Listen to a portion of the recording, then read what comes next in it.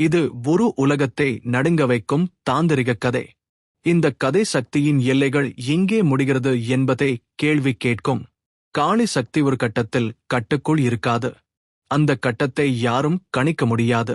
ஒவ்வொரு உலகமும், ஒவ்வொரு திசையும், ஒவ்வொரு சக்தியையும் காப்பாற்றி வரும் சிவன் கூட அந்த கணத்தை தடுக்க முடியாமல் போகும். இந்த பாட்காஸ்ட் தொடங்கும் தருணம் ஒரு புயல் எழும் இரவு. காற்று திசை மாற போல ஆவேசமாக கத்தும். மலைகளின் மேல் இடியும் மின்னலும் ஒரே நேரத்தில் பாயும். பூமி ஒரு நடுக்கத்தில் குலுங்கும். 10,000 முனிவர்கள் தங்களின் மனதை அமைதியாக வைக்க முயற்சி செய்கிறார்கள். ஆனால் அந்த இரவில் அவர்களின் தியானம் உடைந்து விடுகிறது. ஏனெனில் அந்த இரவு வேறு இரவு. அந்த இரவு காளி சக்தி இயற்கையின் கணக்கில் கூட வராத அளவிற்கு உயர்ந்து விடுகிறது. காளியின் கண்கள் சிவந்த வண்ணம் ததும்பும். அவளின் நாக்கு தீ போல பளிச்சென விரியும். அவளின் மூச்சு தணியாத சூடாக ஆகாயத்தில் பரவும். அவள் எடுக்கும் ஒவ்வொரு அடியும் குழப்பத்தை எழுப்பும். பகலில் காண முடியாத இரவின் கருப்பு நிறமே அவளின் உடலில் இருந்தது. அவள் நெருப்பின் நடுவே நடனமாடினாள். ஒவ்வொரு அடி பூமியை கிழித்து அதிரச் செய்தது. அவளது கோபம் எதனால்? அவள் தன்னை கட்டுப்படுத்த முடியாமல் போனது ஏன்? ஆனால் இந்த இரவில் தெய்வங்களும் முனிவர்களும் கூட முகம் திருப்பி பார்ப்பதற்கே பயந்தனர். ஏனெனில் இந்த இரவில் காளி சக்தியின் உச்சத்தில் எல்லா தாண்டவங்களையும் கடந்த நிலையில் இருந்தாள். அந்த நேரத்தில் மட்டுமே சிவன் தோன்றுகிறான். சிவன் நிலவின் ஒளியில் மிதக்கிறான். சாந்தம் ஆனால் சக்தி, அமைதி ஆனால் அசையாத ஆற்றல். சக்தி கட்டுக்கடங்காத போது அதை நிறுத்தக்கூடியவன் ஒரே ஒருவர். அவர் சிவன். ஆனால் இந்த முறை அவளது சக்தி, அவளது தாந்திரிக வேகம், அவளது யோக தீபம் எல்லாமே கணக்கை மீறியிருந்தது. சிவன் அவளை நோக்கி நெருங்கும் ஒவ்வொரு அடியிலும் பூமியின் நடுக்கம் அதிகரிக்கிறது. அவரின் காலடியில் முத்திரைகள் உருவாகிறது. விண்மீன்கள் திசை மாறும் அளவிற்கு அழுத்தம் உருவாகிறது. சிவன் காளிக்குச் சாமர்த்தியமான குரலில் தெரிவிக்கிறார். காளி, நீ எதற்காக இந்த அளவிற்கு உன் ஆற்றலை விடுகிறாய்? உன் சக்தி எல்லைகளை கடந்துவிட்டது. உலகங்கள் தாங்க முடியாமல் போகிறது. ஆனால் காளி அவனை அறியாமல் பார்த்தாள். அவளது கண்கள் சிவந்த நெருப்பை விட அதிக காய்ச்சலாக இருந்தது. அவளுக்கு முன் இருந்தவர் சிவன் என்ற உணர்வும் அந்த நேரத்தில் கிடையாது. அவள் உணர்ந்த ஒரே விஷயம் சக்தி, அசுரமான வேகம், வரம்பில்லாத ஆற்றல். அந்த கணத்தில்தான் சிவன் உணர்கிறான். அவளது கட்டுப்பாட்டை மீளப் பெற செய்ய வேண்டியது ஒரு விஷயம் மட்டும். அதற்காக அவன் தனது உயிரையே ஆபத்தில் வைக்க வேண்டிய தருணம். சிவன் அவளை நிறுத்த ஒரே வழி, அவளை தன்னோடு இணைக்கும் பிரபஞ்ச தாந்திரிக யோகத்தை உபயோகிப்பதே. ஆனால் அது மிக அபாயகரம். ஏனெனில் ஒரு தவறு நிகழ்ந்தால் சிவனின் உயிரே ஆட்டுப்போகும். எல்லா திசைகளும் அமைதியாகி விடுகிறது. முழு பிரபஞ்சமும் கண் இமைக்கும் நேரத்தில் காத்திருக்கிறது. சக்தி பரவசத்தில் இருக்கும் காளி, அமைதியாக நிற்கும் சிவன், அவர்களுக்கு நடுவில் எரியும் பரபரப்பான தருணம். இந்த நேரத்தில் சக்தியும் சிவனும் உயிரும் மரணமும் ஒன்றாக கலந்து ஒரு பரபரப்பு தரும் தாந்திரிக கதையின் முதற்கட்டத்தை எழுதுகிறது. காளியின் கண்களில் சிவப்பின் எரிச்சல் அதிகரித்தது. அவள் உலகத்தை முழுவதையும் விழுங்கும் நெருப்பாக மாறிக்கொண்டிருந்தாள். அவளது காலடியில் கரைந்த மண் சுழன்று எரியும் கோலங்களாக உயர்ந்தன. அசுரர்கள் ஓடிச் சென்றனர். தேவர்கள் தங்கள் இடத்தை விட்டு வெளியேறத் தொடங்கினர். முனிவர்கள் தங்கள் கோவில்களை அடைத்து மந்திரங்களை உரைத்தனர். ஆனால் எதுவும் அவளை நிறுத்தவில்லை. ஏனெனில் அந்த கணத்தில் காளி இயற்கை அல்ல. அவள் நேரம் அல்ல. அவள் இருள் அல்ல. அவள் தெய்வம் அல்ல. அவள் சக்தி மட்டுமே. அவள் இத்தனை உயர்ச்சியாகிய வண்ணம் நொடித்தோறும் ஏற்படும் மாற்றம் முழு பிரபஞ்சத்தின் அதிர்வை கூட மாற்றத் தொடங்கியது. காற்று திடீரென நிற்கிறது. மலைகள் உருகும் ஒலி போல கவிழ்ந்தன. ஆகாயம் இருளில் விழுந்தபடி இருந்தது. அவளின் ஆவேசத்தில் துள்ளும் முடியின் ஒவ்வொரு பக்கத்திலும் மின்னல் பிறக்கிறது. அவளின் சவ்வும் எலும்புகளும் தீச்சுழலில் குரல் கொடுத்து கத்துகின்றன. அவளது கைகளில் தோன்றும் வாள் கூட அவளது கோபத்திற்கு பயந்து அதிர்கிறது. அந்த நேரத்தில் சிவன் அவளுக்கு முன் நின்றபோது அவளை நிறுத்தும் வழி அவனுக்கு தெரியும். ஆனால் அது எளிதல்ல. ஏனெனில் காளி தன்னை அறியாது. அவள் நெருப்பின் உருவே. சிவன் தலையை ஸ்லைட் ஆகத் தாழ்த்து நின்றான். அவன் கண்கள் மூடிய நிலையில் இருந்தன.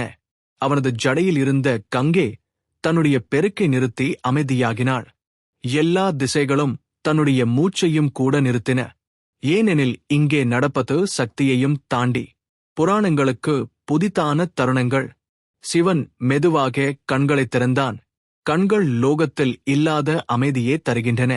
அந்த அமைதி காளியின் உடலில் வேகமாக ஓடும் சக்திக்கு எதிரான விசையாக இருந்தது. சிவன் மெதுவாக நடக்கத் தொடங்குகிறான்.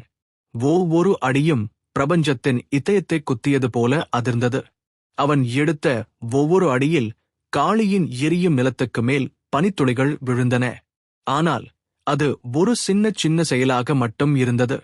அது காளியின் ஆவேசத்தை குறைக்கவில்லை. அவள் ஒரு ஜொலிக்கும் சீற்றத்தில் குரல் எழுப்பினாள்.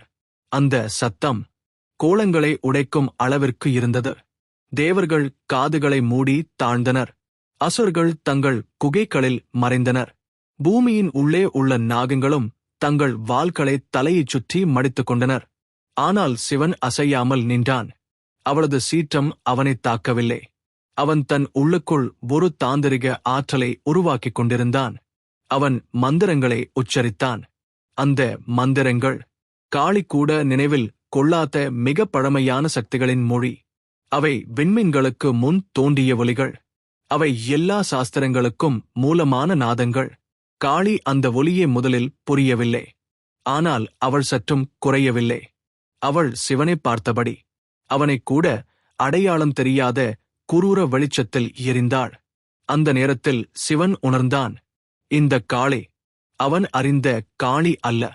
இது மாயை தாண்டி, காலத்தை தாண்டி தன்னை முழுமையாக வெளிப்படுத்திவிட்ட அகத்தியாகும்.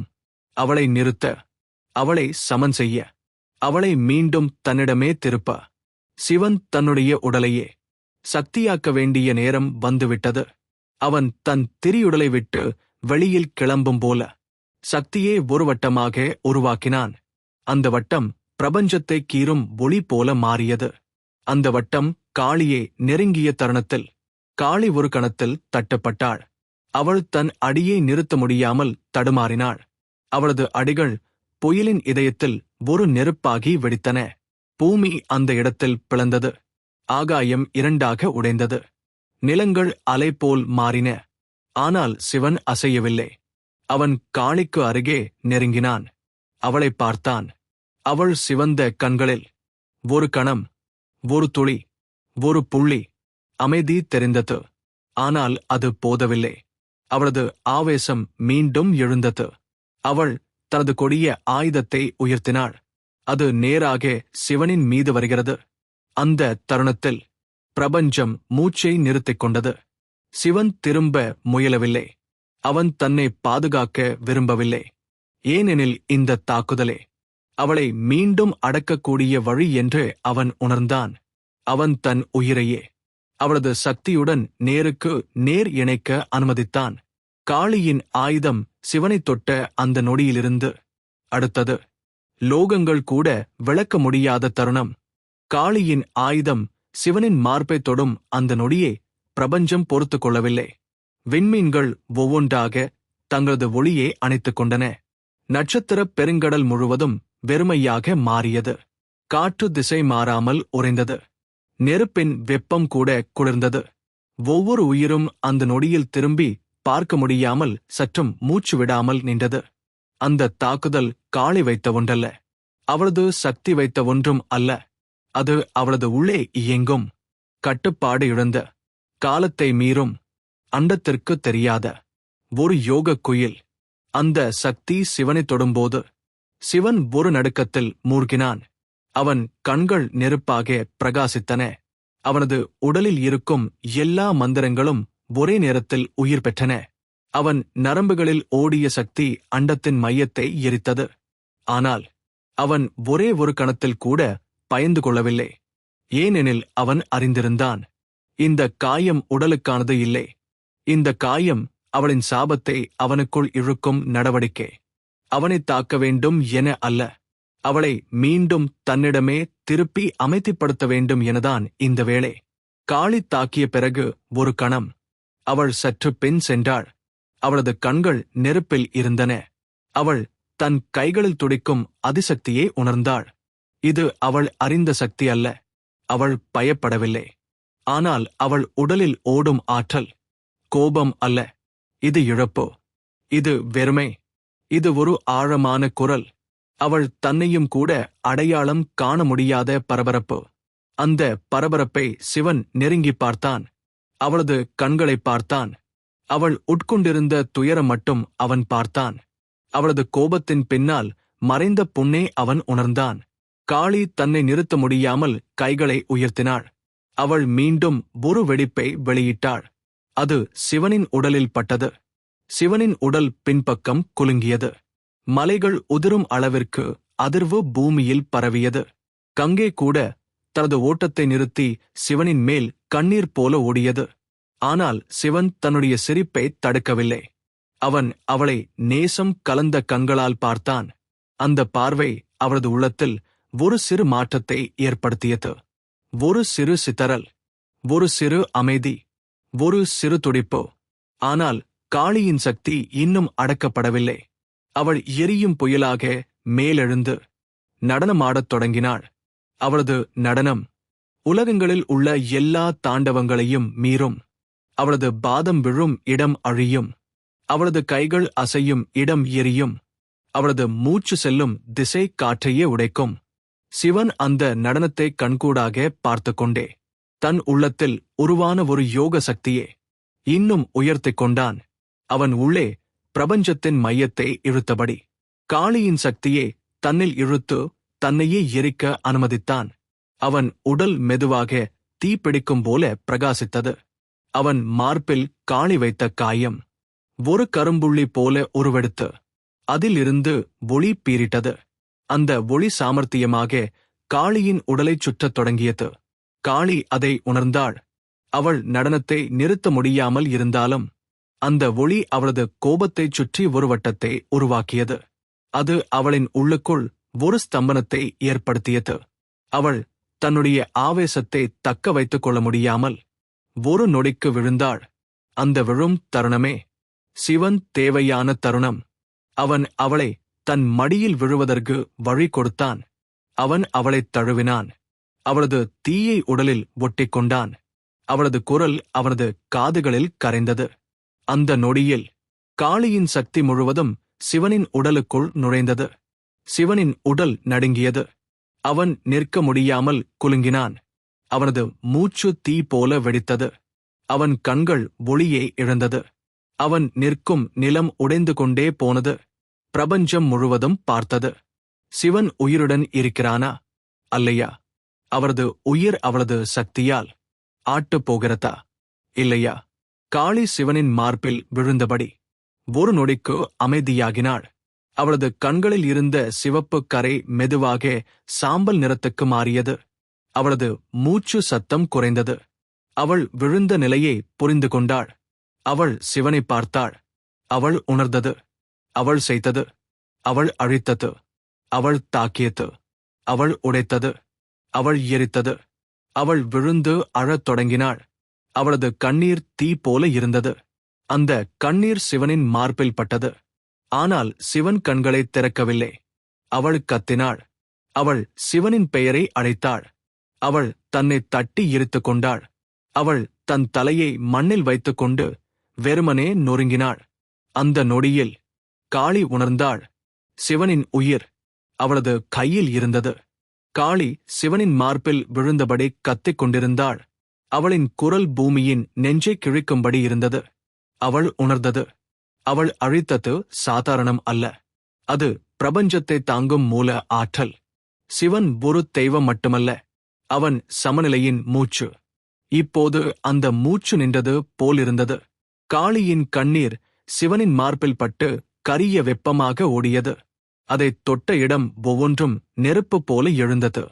அவளது உள்ளம் ஒரு புயலாகி அவள் தன்னை அடக்க முயன்றாலும் அவள் உள்ளே வெடித்துக் கொண்டிருந்த சக்தியை தடுத்து நிறுத்த முடியவில்லை. அவள் சிவனின் முகத்தை தன் இருண்ட கரங்களால் மேல் தூக்கி பார்த்தாள். அவனது கண்கள் மூடியது. அவனது சுவாசம் மெலிந்து போனது.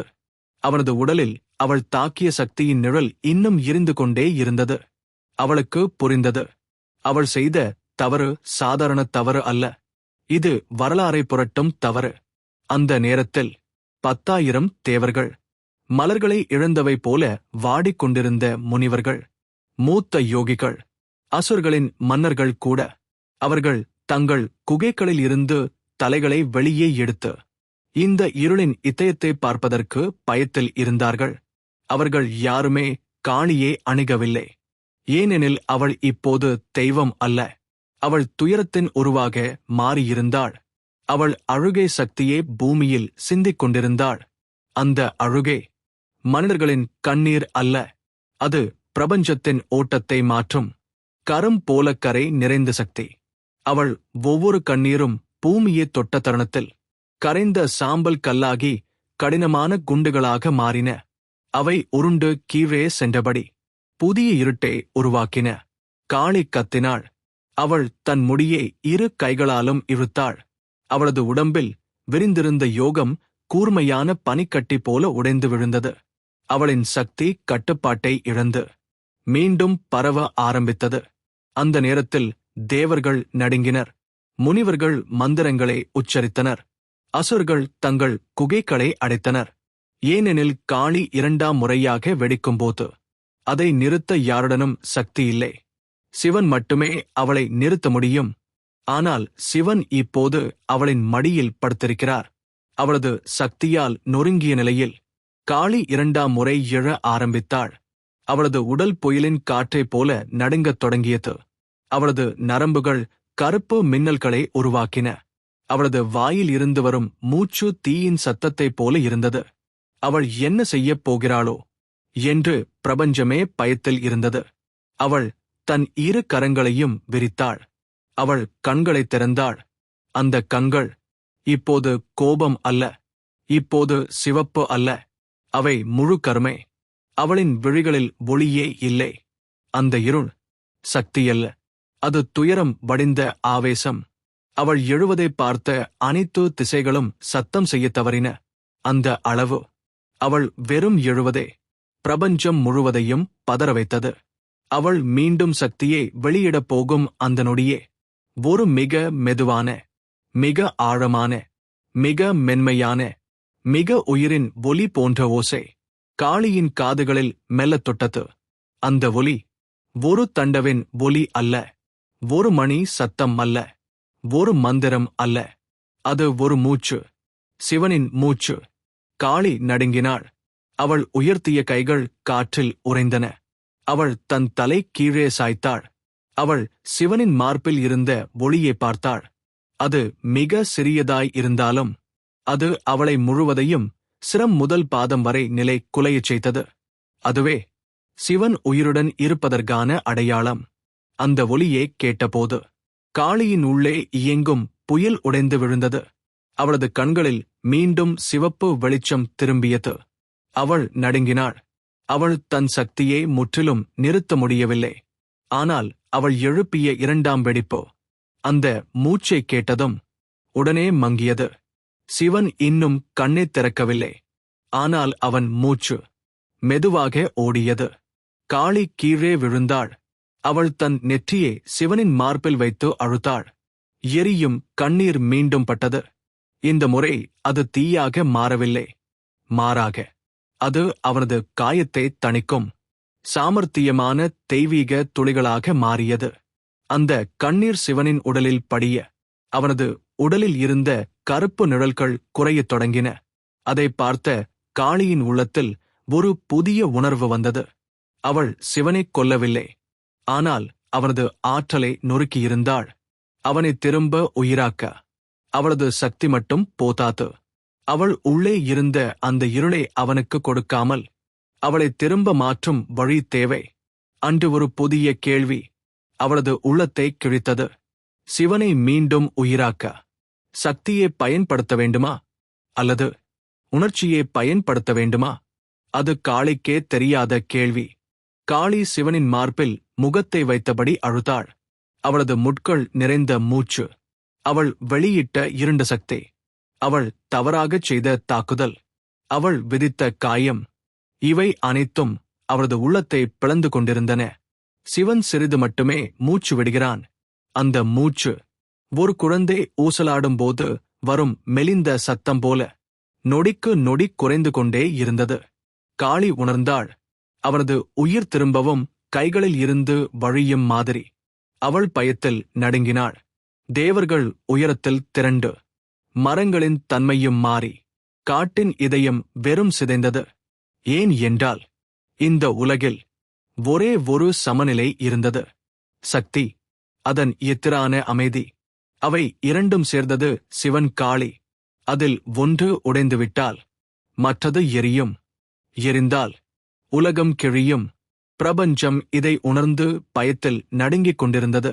காளி தன் கரங்களை நீட்டி சிவனின் காயம் இருக்கும் இடத்தைத் தொட்டாள். அவளது கை நடுங்கியது. அவளது கரம் தீ போல இருந்தது. அவள் தன்னை கட்டுப்படுத்த முடியாமல் இருந்தாள்.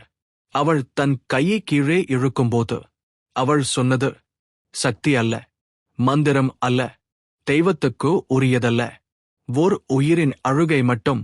அவள் சொன்னது, சிவா எழுந்திரு, என்னை விட்டுவிடாதே. அந்த வார்த்தையைச் சொன்னாள் காளி. பிரபஞ்சமே ஒரு நொடி அதிர்ந்தது. ஏனெனில் காளி எப்போதுமே ஆவேசத்தின் குறி, போரின் குறி, படி எடுத்த இருளின் குறி. ஆனால் இந்த முறை அவளது வார்த்தை அவளது உள்ளத்தின் ஆழத்திலிருந்து வந்த சாதாரண மனித அழுகையாக இருந்தது. அது பிரபஞ்சத்தை அதிரச் செய்தது. சிவன் அதை கேள்விப்பட்டான். அவன் கண்களைத் திறக்கவில்லை. ஆனால் அவளது குரல், அவளது மூச்சு, அவளது கண்ணீரின் வெப்பம் அவனின் உள்ளத்தில் அடங்கிய சக்தியை கீறியது. அவன் குழப்பத்தில் இருந்தான். அவனது உடல் கனமாக இருந்தது. ஆனால் அவளது குரல் அவனுள் ஓடியது. அவள் அழுத்த கண்ணீர் அவனது ஆற்றலை மாற்றியது. சாம்பலாக இருந்த உடல் மெதுவாக சிவப்பான ஒளியை உருவாக்கியது. அதை பார்த்த காளி அவள் முடிந்தவரை தன்னை தடுத்தாள். அவளது உள்ளத்தில் இருந்த இரண்டாவது சக்தி வெடிப்பு அவள் சிக்கலாக அடக்கினாள். ஆனால் அது எளிதானது இல்லை. அவளது உடல் சிதறியது. அவளது மூச்சு தீயாகி அவள் கத்தாமல் தன்னை அடக்கிக் கொண்டாள். இது அவள் வாழ்ந்த காலத்திலேயே மிக கடினமான செயல். அந்த நேரத்தில் ஒரு விசித்திரமான அழகான நிகழ்வு நடந்தது. காளியின் கண்ணீர் சிவனின் காயத்தைத் தொட்டபோது அது சாம்பலாக மாறாமல் ஒளியாக மாறியது. அந்த ஒளி காயத்தின் உள்ளே நுழைந்தது. அங்கு இருந்த கருப்பு நிழல் உடைந்தது. அது ஒவ்வொரு துண்டாகவும் நொறுங்க ஆரம்பித்தது. அந்த நொறுங்கும் நொடியில் சிவனின் தந்தவ நாதம் உள்ளே ஒலித்தது. அது அவன் மந்திரமல்ல, அது அவன் மூச்சுமல்ல, அது அவன் உள்ள பாலையின் ஒலி. இந்த ஒலி வந்தபோது காளியின் முழுக்க உடம்பு உறைந்தது. அவள் தனது கரங்களைத் தளர்த்தினாள். அவள் உள்ளத்தில் சூடாக ஏறிக்கொண்டிருந்த சக்தி திடீரென கீழே இறங்கியது. காளி புரிந்தாள், சிவன் உயிரோட்டத்தை மீண்டும் பெறுகிறான். ஆனால் அவளது உள்ளம் தாங்க முடியாத துயரத்தில் இருந்தது. ஏனெனில் எல்லா சக்தியும் அவளுக்குள் இன்னும் ஓடிக்கொண்டிருந்தது. அது அவளை முற்றிலும் எரிக்கும் முன் சிவன் எழ வேண்டும்.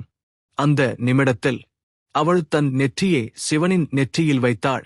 அவள் மூச்சை அவனுடன் இணைத்தாள். அவள் சொன்னாள், சிவா, நீ திரும்பி வாராய். நான் உன்னை அழித்துவிடக்கூடாது. நீ இல்லாமல் நான் இல்லை, உலகமும் இல்லை. அந்த வார்த்தைகளை அவள் பேசும்போது அவளது சக்தி கட்டுப்பாட்டை இழந்தது. அது அவளது முதுகில் இருந்து பாம்பு போல எரிந்து வெளியேறியது. அவள் அதை தடுக்க முடியவில்லை. அது அவளை நொறுக்கும் அளவுக்கு இருந்தது. அந்த சக்தி வெடிக்கும் முன் சிவனின் கண்கள் மெதுவாக, மிக மெதுவாக, அப்படியே நொடியில் திறந்தன. காளி அதைக் கண்டபோது அவள் முழு உடலும் நடுங்கியது. அது அவளது வாழ்நாளில் கண்ட மிகப்பெரிய அதிசயம். சிவன் கண்களை திறந்துவிட்டான். அவன் மூச்சு நிலையாகிவிட்டது. ஆனால் அவன் உடல் இன்னும் பலவீனமாக இருந்தது. சிவன் உதட்டை அசைத்தான். அவன் காளியை பார்த்தான். அவன் சொன்னது, காளி, நான் உயிரோடு இருக்கிறேன். ஆனால் நீ உள்ளே வைத்திருக்கும் அந்த இருள் உன்னை தானே எரிக்கும். காளி கண்களைத் தாழ்த்தினாள். அவள் சொன்னது, அதை நான் தாங்கிக் கொள்கிறேன். நான் உன்னை பாதுகாக்க முடியாவிட்டாலும் என்னை நானே எரித்தாலும் அது பரவாயில்லை. சிவன் மெதுவாக தலை ஆட்டினான். அவன் சொன்னது, இல்லை, உன்னை நான் எரிய விடமாட்டேன். ஏனெனில் நீ என் சக்தி, நீ என் உருவம். இரண்டு சேரும்போதுதான் பிரபஞ்சம் முழுமை பெறும். அவன் அவளது கையை பிடிக்க முற்பட்டான். ஆனால் அந்த நொடியில் ஒரு புதிய இருள் காளியின் உடலில் இருந்து எழ ஆரம்பித்தது. முந்தையதை விட இன்னும் கொடியதாக, இன்னும் புயல் போல, இன்னும் உயிரை கிழிக்கும் அளவிற்கு. சிவன் அதைக் கண்டதும் அவன் கண்கள் பெரிதாகின. அவன் சொன்னது, இது இரண்டாம் வெடிப்பு. இதை கட்டுப்படுத்த முடியாது. இதை நிறுத்தாமல் உலகமே அழியும். காளி மெதுவாக தலை தூக்கினாள். அவள் சொன்னது, அந்த வெடிப்பை நான் சமாளிக்கிறேன். ஆனால் நான் உயிரோடு இருக்க மாட்டேன். சிவனின் இதயம் கிழிந்தது. சிவன் தரையை தாக்கிய அந்த சத்தமே பிரபஞ்சத்தின் இதயத்தை உடைக்கும் முழக்கம் போல் இருந்தது. அந்த நொடியே பிரபஞ்சத்தின் நடுவில் ஒரு அதிர்வு ஏற்பட்டது. அந்த அதிர்வை எல்லா உலகங்களும் உணர்ந்தன. காற்று திடீரென நின்றது. எரியும் மலைகள் கூட தங்கள் உள்ளே எரிந்தலையை நிறுத்தின. கடல்கள் தங்கள் பரவச அலைகளை சற்றே குறைத்தன. ஏனென்றால் சிவன் விழுந்திருப்பது என்பது புராணங்களுக்கும் அப்பாற்பட்ட ஒரு சம்பவம். அதை பார்த்த காளி, அவள் முழுவதும் திடீரென ஒரு ஆவேச தீயில் இருந்து தீரத் தெரியாத அதிர்ச்சிக்குள் விழுந்தாள். அவளது கண்களில் இருந்த சிவப்பு ஒளி திடீரென ஆழ்ந்த இருளாக மாறத் தொடங்கியது. அவளது மூச்சு வேகமாகியது. அவளது இதயம் தீப்பெட்டியில் சிக்கியது போல துடித்தது. ஒரு நொடி அவள் தன்னை அறியாமல் நின்றாள். சிவன் அவளது காலடியில் படுத்திருந்தான். அவனது உடலில் எந்த அசைவும் இல்லை. அவனது மூச்சின் ஒலி கூட இல்லை. அவன் அமைதியான உடலாகவும் அதே நேரத்தில் பெரிய பிரபஞ்சமாகவும் இருந்தான். அவளை நிறுத்த, அவளது கோபத்தை அடக்க, அவளது தாண்டவத்தை நிவர்த்தி செய்ய அவன் தனது சக்தியை அவளின் உள்ளுக்குள் மாற்றியிருந்தான்.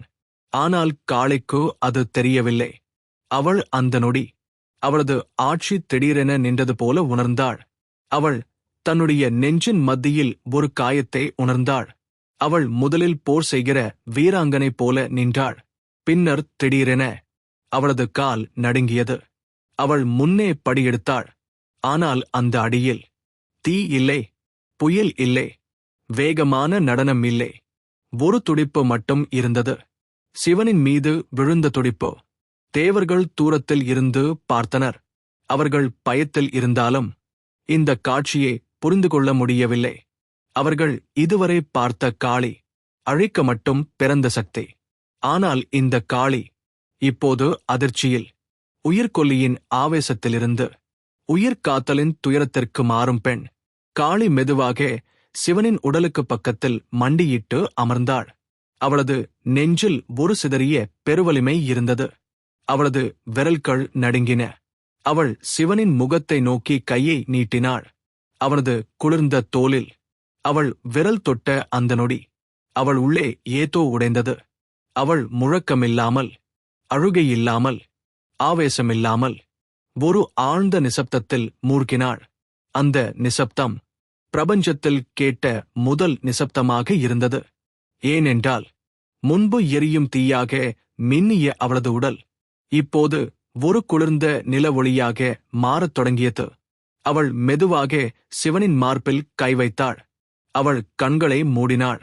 அவள் தன் சக்தியை திருப்ப முயன்றாள். ஆனால் அது வெற்றி பெறவில்லை. ஏனென்றால் சிவன் அவனது முழு ஆற்றலையும் அவளது தாண்டவத்தை கட்டுப்படுத்த பயன்படுத்திவிட்டிருந்தான். காளி அதற்கு முன் தன் சக்தியே தன்னுடைய உயிர் என்று நினைத்தாள். ஆனால் இந்த நொடி அவள் உணர்ந்தாள். அவள் உயிர் வேறு, அவள் ஆதாரம் வேறு, அவளது சக்திக்கு அளவிட முடியாத எல்லை கொடுத்தவர் வேறு. அவன் அவள் முன் விழுந்திருப்பவன். அவளது உதடுகள் நடுங்கின. அவள் பேச முயன்றாள். ஆனால் வார்த்தைகள் வரவில்லை. அவள் குரல் கத்த வேண்டிய நேரத்தில் கூட அமைதியாகிவிட்டது. அவள் சிவனின் கையை எடுத்தாள். கையில் எரிந்த தீயின் சக்தி இருந்தது. அந்த தீ சிவனின் குளிர்ந்த தோலில் தோன்றிய அந்த நொடியில் முழுவதும் அணைந்தது. அந்த அணைத்தல் காளியின் இதயத்தின் ஆழத்தில் ஒரு நெருப்பு உருவாக்கியது. அது கோபத்தின் நெருப்பு அல்ல, அது அன்பின் நெருப்பு அல்ல, அது வாழ்க்கையும் மரணமும் இடையில் நிற்கும் நெருப்பு. அந்த நெருப்பே அவளை மாற்றத் தொடங்கியது. அவள் தன் தலை குனிந்து சிவனின் மார்பில் விழுந்தாள். அவள் என்ன செய்ய வேண்டும் என்று தெரியாமல், அவர் திரும்ப வேண்டும் என்ற எண்ணம் மட்டும் நெஞ்சில் இருந்தது. அவள் தன் நெஞ்சில் குவிந்த சக்தியை கொட்டத் தொடங்கினாள். அது காற்றை உடைத்தது, அது வானத்தை பிளந்தது, அது பூமியின் நரம்புகளை அதிர வைத்தது.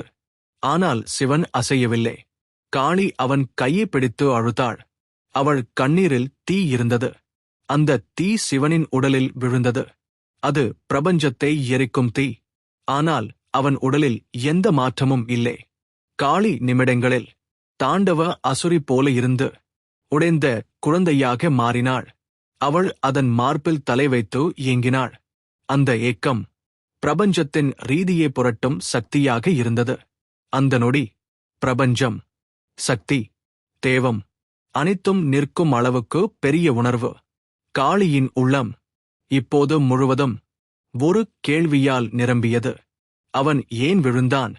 அவன் ஏன் தன்னை தியாகம் செய்தான்? அவன் அவளை நிறுத்த வேண்டிய அளவுக்கு அவள் எவ்வளவு தாண்டிப் போனாள்? அவளது ஆவேசத்தின் உச்சியில் சிவன் தனது உயிரையே பணயம் வைத்திருப்பதை அவள் இப்போதுதான் புரிந்து கொண்டாள். அவள் மெதுவாக அவனது நெஞ்சில் காதை வைத்தாள். அந்த அமைதி அவளை நொறுக்கியது. அவள் கத்தி அழுத்தாள். அந்த குரல் மலைகளை நொறுக்கும் அளவுக்கு இருந்தது. அவள் முழு பூமியையும் உதைக்கத் தொடங்கினாள். அவளது துடிப்பு, அவளது வாஞ்சை, அவள் செய்த தவறை திருத்தும் ஆவல், அவள் முழு சக்தியையும் சிவனுக்குள் மீண்டும் ஊற்ற முயன்றாள். அந்த முயற்சி பிரபஞ்சம் முழுவதையும் தாங்க முடியாத அளவுக்கு இருந்தது. காளி தன் முழு சக்தியையும், தன் உள்ளின் முடிவில்லா ஆற்றலையும், தன் அகத்தையையும், தன் ஆதி பரவசத்தையும், எல்லாவற்றையும் ஒன்று சேர்த்து சிவனின் மார்பில் ஊற்ற முயன்றபோது அவள் உணர்ந்த அதிர்வுகள் பிரபஞ்சத்தில் வெளிப்படும் மிக பழமையான அதிர்வுகளாக மாறின. அந்த அதிர்வுகள் விண்மீன்கள் பிறப்பதற்கும் முன்பே இருந்தவை. ஆகாயம் உருவாகும் முன்பே ஒலித்தவை. நேரம் என்ற ஒன்றே இல்லை என்று இருந்த சூன்யத்திலிருந்து எழுந்தவை. அந்த ஒலியே அவள் இன்னும் ஆழமாக உணர்ந்தது. அந்த நெருப்பை அவள் இதயத்தின் மீளாத பகுதியிலிருந்து வெளியேற்றினாள். சிவனின் மார்பில் அந்த சக்தி விழுந்தபோது ஒரு துளி அசைவும் இல்லை, ஒரு சலனமும் இல்லை, ஒரு மூச்சின் சுவடும் இல்லை. அந்த அமைதி காளியின் உள்ளத்தை நொறுக்கியது. அவள் தன் நெஞ்சில் இருந்து கண்ணீருடன் கூடிய, முடிவில்லா வலியுடன் கூடிய, ஆழ்ந்த உற்ற பாசத்துடன் கூடிய ஒரு ஒலியை எழுப்பினாள். அந்த ஒலி அவள் கோபத்தின் சத்தம் அல்ல. அது அவள் தாண்டி தரித்த தெய்வீக புலினை அல்ல. அது அவள் போரில் உருவாக்கும் மிரண்ட குரல் அல்ல. அது ஒரு பெண் உதறிக்கொண்டிருக்கும் உடைந்த நெஞ்சின் குரல். அந்த குரல் பூமியில் ஒலித்தபோது பூமியின் உள்ளே இருந்த நாகங்கள் தங்கள் கண்களைத் திறந்தன. காற்றில் இருந்த பறவைகள் தங்கள் இறக்கைகளை தாழ்த்தின. மலைகள் தங்கள் எரிமலையை நிறுத்தின. கடல் தன் அலைகளை அடக்கியது. விண்மீன்கள் தங்கள் ஒளியை மெதுவாக்கின. ஏனெனில் ஒரு தெய்வத்தின் உண்மையான உடைந்த குரல் பிரபஞ்சத்துக்கும் அரிது. அந்த குரல் சிவனின் உடலில் எதிரொலிக்கத் தொடங்கியது. அந்த எதிரொலி அமைதியாக இருந்த உடலில் ஒரு சிறிய அசைவை கிளப்பியது. அந்த அசைவு ஒரு துளி, ஒரு துடிப்பு, ஒரு ஒலி. அந்த ஒலி காளிக்கு உலகமே உருகும் சத்தமாக இருந்தது. அவள் தன் கையை சிவனின் மார்பில் அழுத்தினாள். அவன் உள்ளிருந்து பிறந்த அந்த நிசப்த அதிர்வை அவள் மீண்டும் உயிராக்க முயன்றாள். அவளது கண்ணீரில், அவளது வலியிலும், அவளது அன்பிலும், அவளது மனவேதனையிலும் ஒரு மாற்றம் நடந்தது. அவளது கண்ணீரின் ஒவ்வொரு துளியும் பிரபஞ்சத்தின் சக்திகளுடன் கலந்தது. அந்த சக்திகளின் ஒவ்வொரு அலைவும் சிவனின் இதய நாதத்தை எட்டியது. சிவனின் மார்பில் ஒரு மெல்லிய மின்னல் ஓடியது. அது காளிக்கு நம்பிக்கை கொடுத்தது. அவள் தன் கையில் இருந்த வாளைத் தூக்கி பிரபஞ்சத்தில் தன்னுடைய தவறை ஒப்புக்கொள்வது போல அதை தனது பாதத்தின் கீழ் உடைத்தாள். அந்த உடைதல் அவள் தன் ஆவேசத்தையும் தன் முடிவில்லா தாண்டவத் தாகத்தையும் தன் சக்தியின் பெருமையையும் தன் உடல் நேசத்தையும் எல்லாவற்றையும் உடைத்தது. அந்த உடைதல் சிவனின் உள்ளே சென்றது. அவன் இதயம் அந்த அதிர்வை உணர்ந்தது. சிவன் மெதுவாக மூச்சு எடுத்தான். ஒரு தடவி, மறுபடியும் ஒரு தடவி. அந்த மூச்சின் ஒலி காளிக்கு பிரபஞ்சம் மீண்டும் உருவாகும் சத்தமாக இருந்தது. அவள் எழுந்து நின்றாள். ஆனால் அதில் ஆவேசம் இல்லை, பயம் இல்லை, போர் இல்லை. அது ஒரு முழுமையான பணிவின் நிலை. அவள் தன் நெற்றியை சிவனின் மார்பில் சாய்த்தாள். அவள் நிம்மதியாக மூச்சை விட்டாள். ஒரு துளி நன்றி, ஒரு துளி நாணம், ஒரு துளி அன்பு, ஒரு துளி பாசம். சிவன் கண்களைத் திறந்தபோது அவன் முதலில் காளியை பார்த்தான். அவள் எரியும் வடிவில் இல்லை. அவள் இருளின் உருவில் இல்லை. அவள் போரின் தேவதனத்தில் இல்லை. அவள் ஒரு குழந்தை போல, ஒரு பெண் போல, ஒரு அன்பு உடைய சக்தி போல அவனை நோக்கி நின்றாள். சிவன் மெதுவாக சிரித்தான். அந்த சிரிப்பு காளியின் உள்ளத்தில் இருந்த புயலை முற்றிலும் அணைத்தது. அவள் தலைகுனிந்து சிவனின் பாதத்தில் விழுந்தாள். அவன் அவளை எழுப்பினார். இருவரும் ஒரே ஒளியாகி பரவினர். அந்த நாள் பிரபஞ்சம் கட்டது. சக்தி கோபத்தால் அல்ல, அன்பால் கட்டுப்படும் என்று அழிக்கும் ஆற்றலை அடக்குவது. அழகு அல்ல, ஆழமான நேசம், ஆத்ம வலிமை, உள்ளத்தை மாற்றும் கருணை. அன்று முதல் காளி யாரும் புரியாத அழிவு சக்தியின் தேவியாக மட்டுமில்லை. அவள் சிவனைக் காப்பாற்ற அன்பை ஆயுதமாக பயன்படுத்திய தேவியாக என்றென்றும் நிலைத்தாள். சிவன் அவளை பார்த்து சொன்னான். அவள் இதயத்தில் என்றென்றும் ஒலிக்கும் ஒரு வரி. உன் சக்தி உன் கோபத்தில் இல்லை, உன் அன்பில் உள்ளது. அது அந்த கதையின் முடிவு. ஆனால் அந்த உணர்வு பிரபஞ்சத்தின் தொடக்கம்.